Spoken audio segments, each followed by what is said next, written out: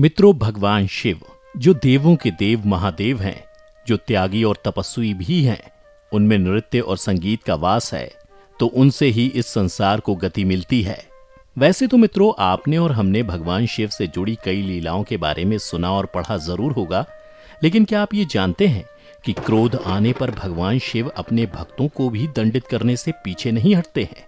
मित्रों नमस्कार और स्वागत है आप सभी का एक बार फिर द डिवाइन टेल्स पर। आज इस वीडियो के माध्यम से मैं आपको भगवान शिव के एक ऐसे ही असुर भक्त के बारे में बताने जा रहा हूं, जिसका अंत स्वयं महादेव को करना पड़ा था।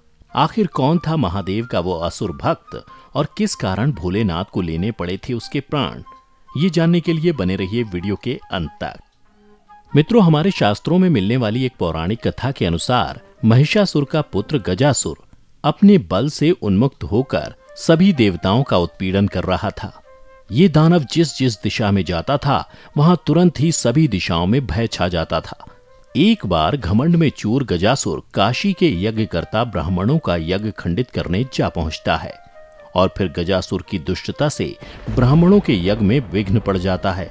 ये देख भयभीत नारद भोलेनाथ को पुकारते हैं और फिर नारद, शिवगण और मां पार्वती के आह्वान पर भोलेनाथ दुष्ट गजासुर को दंडित करने के लिए ज्योति रूप में काशी में प्रकट होते हैं और गजासुर से कहते हैं कि अत्याचारी गजासुर, तू अपने अत्याचार समाप्त कर दे, अन्यथा हमारे त्रिशूल से निकला महाकाल तुझे इसी क्षण समाप्त कर देगा। ये सुनकर गजासुर जोर जोर से हंसने लगता है और फिर कहता है, तो आप ही हैं शिवशंकर, हम असुरों के आराध्य शिवशंकर। इस पर शिव जी कहते हैं कि जो अत्याचार करता है वो हमारे क्रोध का पात्र बनता है, तू तुरंत अपने कुकृत्यों को रोक दे। फिर गजासुर कहता है कि ये मूर्ख ब्राह्मण आपको प्रसन्न करने के लिए यज्ञ कर रहे थे, अब परिणाम देखिए, आप प्रसन्न होने के बदले क्रोध से दहाड़ रहे हैं। इन मूर्खों की आराधना व्यर्थ हो गई, यही मेरी इच्छा थी।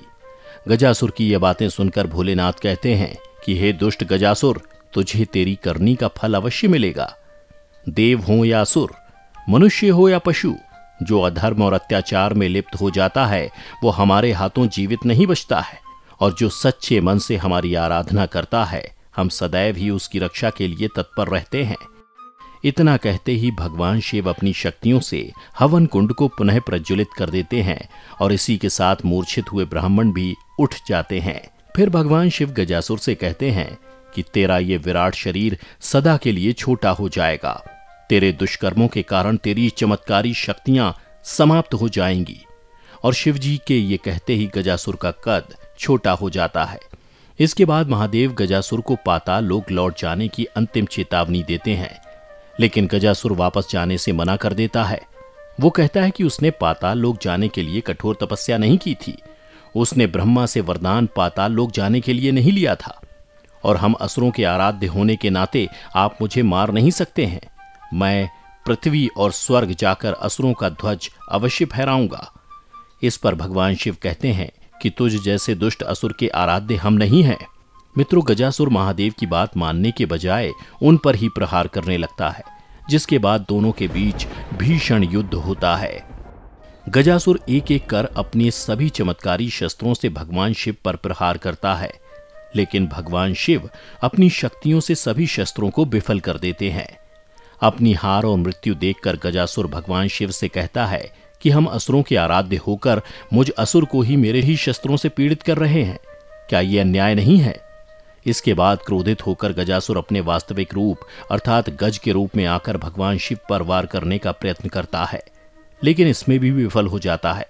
इसके बाद क्रोधित होकर भगवान शिव अपने त्रिशूल से गजासुर पर वार कर देते हैं। त्रिशूल से आहत होकर गजासुर महादेव की शरण में चला जाता है और कहता है कि हे प्रभु, मैं तो पाताल लोक में विचरण कर रहा था, लेकिन मैं धरती पर आ सका केवल आपके कारण। मैं आपके दर्शन के लिए ही इस धरती पर आया था और ये मेरा सौभाग्य है कि मेरा वध आपके हाथों हो रहा है। इस पर भगवान शिव कहते हैं कि तुम्हारे मन में तपस्या का भाव जगाकर तुम्हें तपस्या के लिए प्रेरित करना, तुम्हारा वरदान पाना, ये सब हमारी ही लीला का एक अंग था। इसके बाद भगवान शिव गजासुर से उसकी अंतिम इच्छा पूछते हैं, जिस पर गजासुर भगवान से उसके चर्म को धारण करने और अपना एक नाम कृत्तिवासा रख लेने का वर प्राप्त कर लेता है। फिर भगवान शिव गजासुर की इस इच्छा को स्वीकार कर उसके चर्म को ओढ़ लेते हैं और मित्रों, भगवान शिव के इस रूप को हम सभी लोग कृत्तिवासा नाम से जानते हैं। ऐसी मान्यता है कि जो भी भगवान शिव के इस रूप की पूजा अर्चना करता है वो भोलेनाथ की असीम कृपा का भागी हो जाता है। तो मित्रों, ये थी भगवान शिव के हाथों गजासुर के वध की कथा। उम्मीद करता हूं कि आपको ये कथा पसंद आई होगी। और हाँ, अगर ये वीडियो अच्छी लगी हो तो इसे लाइक और शेयर जरूर करना। इसके साथ ही मुझे दें इजाजत। मैं फिर लौटूंगा ऐसी ही कुछ और पौराणिक और आध्यात्मिक जानकारियों के साथ। तब तक के लिए देखते रहिए द डिवाइन टेल्स।